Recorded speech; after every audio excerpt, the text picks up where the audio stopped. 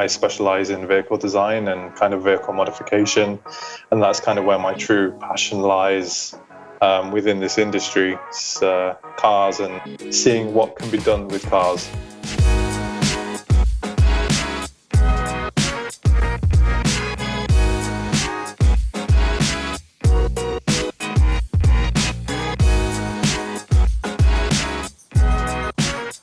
I'm from the UK. I'm a concept artist working in the game and film industry, and I've been doing that for probably around 6 to 7 years now. Car culture for me is a very personal thing. From a young age, I've always been extremely fascinated by cars and what can be done to cars. Some people buy cars because it ferries them around from A to B.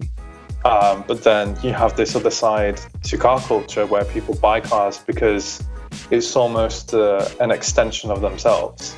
We modify our cars to reflect our personality and our character.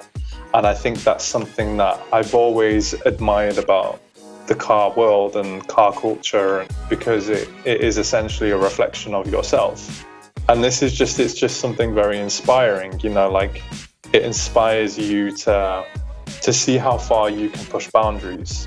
It's always nice to kind of have a bit of a rebellious side, and I feel like people do that through their cars, which is, it's fun. Yes, and I'd be worried if I said no to that. I've always been a fan of video games, racing games in particular. So one benefit of being a freelancer within this industry, it means I have creative freedom to work on projects that interest me. You guys at the Crew 2 approached me to work on a particular project with you guys. Yeah, I thought it would be a really fun opportunity for me to do something different and something unique. I've been a fan of the Crew games for a while now, and I played the first one. So to kind of develop something for this game, the prospect of that I found quite exciting. For the Crew 2, I received a brief to design what would become a very cool hero car. It was a vehicle that would be boss car for an outlaw group that the player would then chase, which I think is pretty cool. That's a pretty cool thing to do, and to design a car for people to actively chase, crash into and destroy is awesome. It was simple, but it was also a bit challenging for me, just because it required me to create a car from scratch. I had to create a car that people could understand that this wasn't a normal car. It had to look special. It had to kind of have certain characteristics that matched its function. So in the brief, it was described to be a kind of muscle car type car, aggressive looking, and something that a boss type character would drive. So I started with a very basic shape, very basic silhouette on top of a kind of chassis that I was provided. And this really helped me lay down the base groundwork for a silhouette that I really liked. So kind of taking muscle car influences from the real world, you have these big engines, so kind of hood scoops and very aggressive lines, and kind of sleek fastback type rear end. That's kind of the image that I had from the very start for this car. And as the design kind of developed, I started focusing my attention on the front end of the car, trying to make it look aggressive and trying to make it look mean. If you were to see this car in your rearview mirror, you'd be like, all right, I want to get out of the way.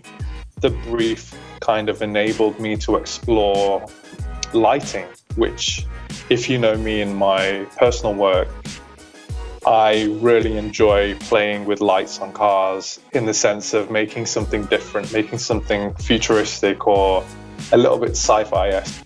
So like on the rear of this car, you'll notice kind of this triple 3-layer LED light bar panel thing. And it's kind of a throwback to classic American muscle cars, but also with a bit of new, modern hypercar flair. I really enjoyed that challenging alternative side of this brief personally, because it's not something I haven't really done before. And yeah, the fact that this car is going to go in game, and you know, people are gonna be racing against this thing, and you know, trying to take this car down is pretty cool. The cherry on top of the cake here is the fact that I was able to include my own personal KS logo on this car, and in the game as well, which is always it's always an exciting thing to have your own logo in a game, but to have it on this boss vehicle with a kind of livery as well that is a throwback and kind of homage to my real world cars is extra special.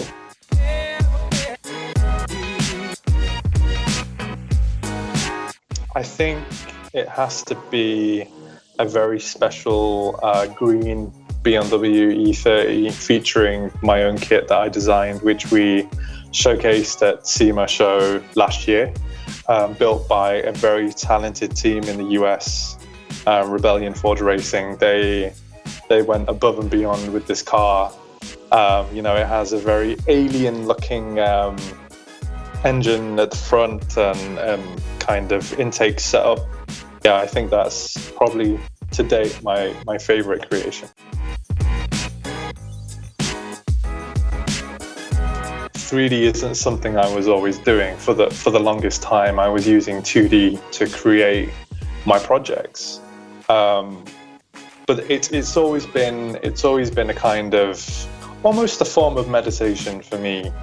It's a way for me to get my ideas from here out onto a screen. It's like, you know, it's my canvas, and the fact that people also enjoy what I create is an added bonus, you know. But my work is now primarily 3D based, and in terms of cars, it's great because I can create any vehicle that I like from any angle, in any environment, any atmosphere, any feeling.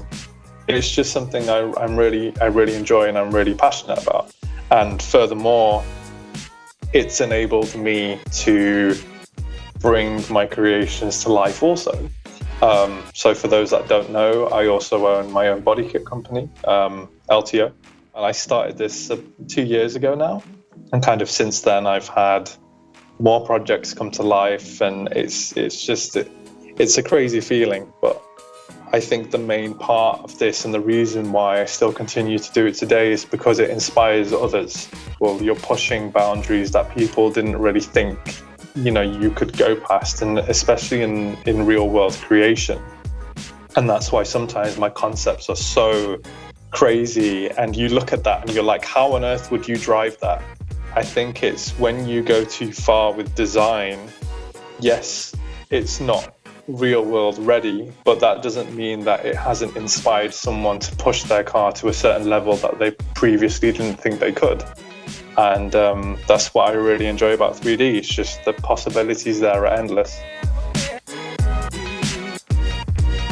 You can stay up to date with all my work on Instagram at _Khyzyl, Facebook, Twitter, and ArtStation as well, where you can kind of see my more polished works.